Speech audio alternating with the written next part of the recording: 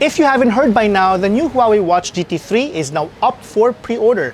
If you pass on buying last year's Huawei Watch GT2, I'm here to make things easier for you to decide. What is up guys, this is Gian of Gadget Pilipinas and I'm here to give you a comparison between these two amazing smartwatches by Huawei. Stay tuned at the end of the video so you know where you can pre-order the Huawei Watch GT3 or buy the Huawei Watch GT2. You can also choose to check out the video chapters I prepared so you can easily skip to specific features you want. Well, hello there. Let's first talk about how these devices differ in terms of the design aspect. At first glance, the differences are not too obvious and you have to either have both or check them at Huawei concept stores to really see their design polarities. The overall look of both watches show a sporty look and feel. This gives a full impression that this is made for the more active and sportier consumers. The bezels have numbers minutes on them which set it apart from the Huawei Watch series. Size-wise, the Huawei Watch GT2 and GT3 are the same. The Huawei Watch GT3 is a little heavier and has a bigger AMOLED display, and it borrows the same display size of the Huawei Watch 3. Oh, if you're interested to check out my last video about the Huawei Watch 3, you can check out the video right here. I've got no complaints about the display size of the Huawei Watch GT2. However, if you want something a little bigger, Huawei Watch GT3 is a better choice. In terms of quality of display, both watches show the same level of contrast, saturation, and brightness. I believe the only major difference in this department is the refresh rate. The new GT series has 60 Hz, which brings more life to the watch's UI animations and even navigation experience. Let's now focus our attention on the crown and other switches. Its fully movable crown is one of Watch GT3's most important features, making navigation across its UI much easier. Whenever the crown is moved, the watch vibrates a little bit to imitate feedback. A watch pusher is also available just below the crown to ensure that the user had selected the correct function. If you want to use the watch's touchscreen, you can easily do without pressing any buttons at all. Size of the lugs remain the same on both devices. This means that you can easily switch to a 46mm watch band that you can buy directly from Huawei or from your favorite e-commerce stores. One of the most celebrated features of the Huawei Watch GT2 and GT3 series is long battery life. The Huawei Watch GT2 can last for 2 weeks for typical use, and according to Huawei, the Huawei Watch GT3's battery can last similarly. The new GT3 has not been with me for more than 14 weeks, but it still has 40% juice left. I got this with still 68% charge on its battery, and it has been up and running for almost a week now as I produce this video. Now, when looking for a smartwatch, we should look for something that is powerful and packed with enough features to make it useful even if it isn't tethered to another device like our smartphones. Both have accelerometer, gyroscope, geomagnetic, optical heart rate, ambient light, and air pressure.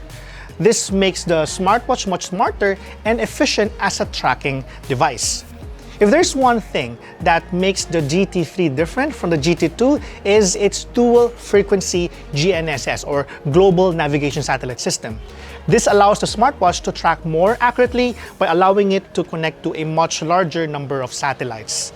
This makes it more future-proof as this technology is pretty new. This is useful especially to those who keep track of their jogging or biking trails. And because it has a very smart chip, the smartwatch can even scientifically guide you on your workout.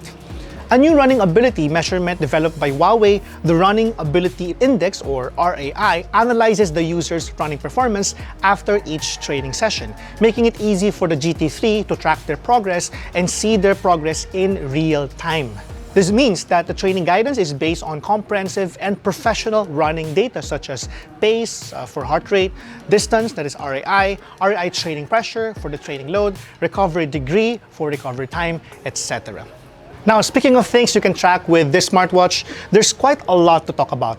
I'm not here to say everything at the interest of time, but I'll focus on the ones that need further attention. Remember last month when I said that I wanted to be more focused with my health, especially at this time when we're all struggling to contain this dreaded virus? Well, I forgot to mention that about 2 weeks before I published that video, our household was invaded by this virus. one of the things that need to be monitored while being in quarantine is SpO2 level.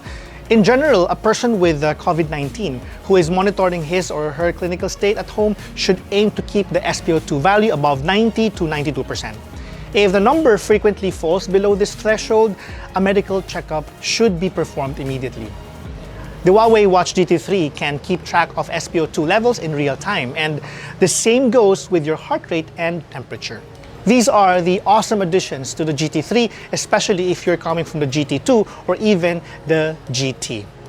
The watch is now even smarter to monitor your sleep and scientifically give you insights about your sleep pattern thanks to its improved Huawei True Sleep 2.0 technology.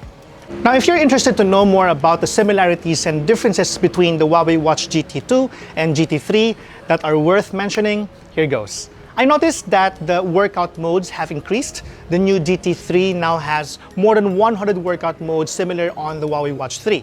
Internal storage and memory are the same on both devices. You can now install applications on the Huawei Watch GT3 as well. I managed to install a calculator and pedal maps on this device. This isn't something possible to do on the Watch GT2.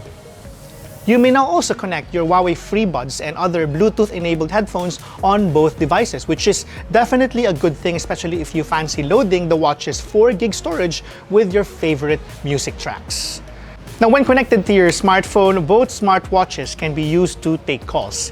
It acts as a Bluetooth-connected device with microphone and earpiece. Man, it will only be a matter of time before Huawei watches will have cameras on them. Lastly, the new Huawei watch now has a voice assistant feature if it is connected to your Huawei smartphone. Celia can easily be called by simply long pressing the down or push button below the crown. You know, there's a lot of things to talk about, but I hope that this comparison video can give you the information you need to know the differences between the two. Now, to answer the question, which one is best for you?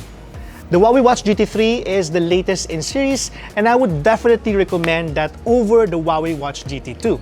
It has everything you need, from tracking your improved SpO2 levels down to smart guided workout. If you are someone who is looking for a feature-packed smartwatch, the Huawei Watch GT3 is highly recommended for you. If you, however, cannot fit your budget to buy a GT3, but you still want to own something with almost similar features, get the Watch GT2. How about price and availability?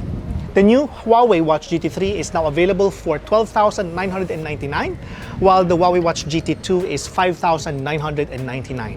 You can also get the 42mm variant of the GT3 for $11,990 via online only.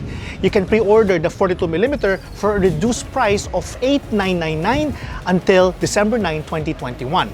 In terms of pre-order freebies, you can now see a list of what you can get if you pre-order this until December 9.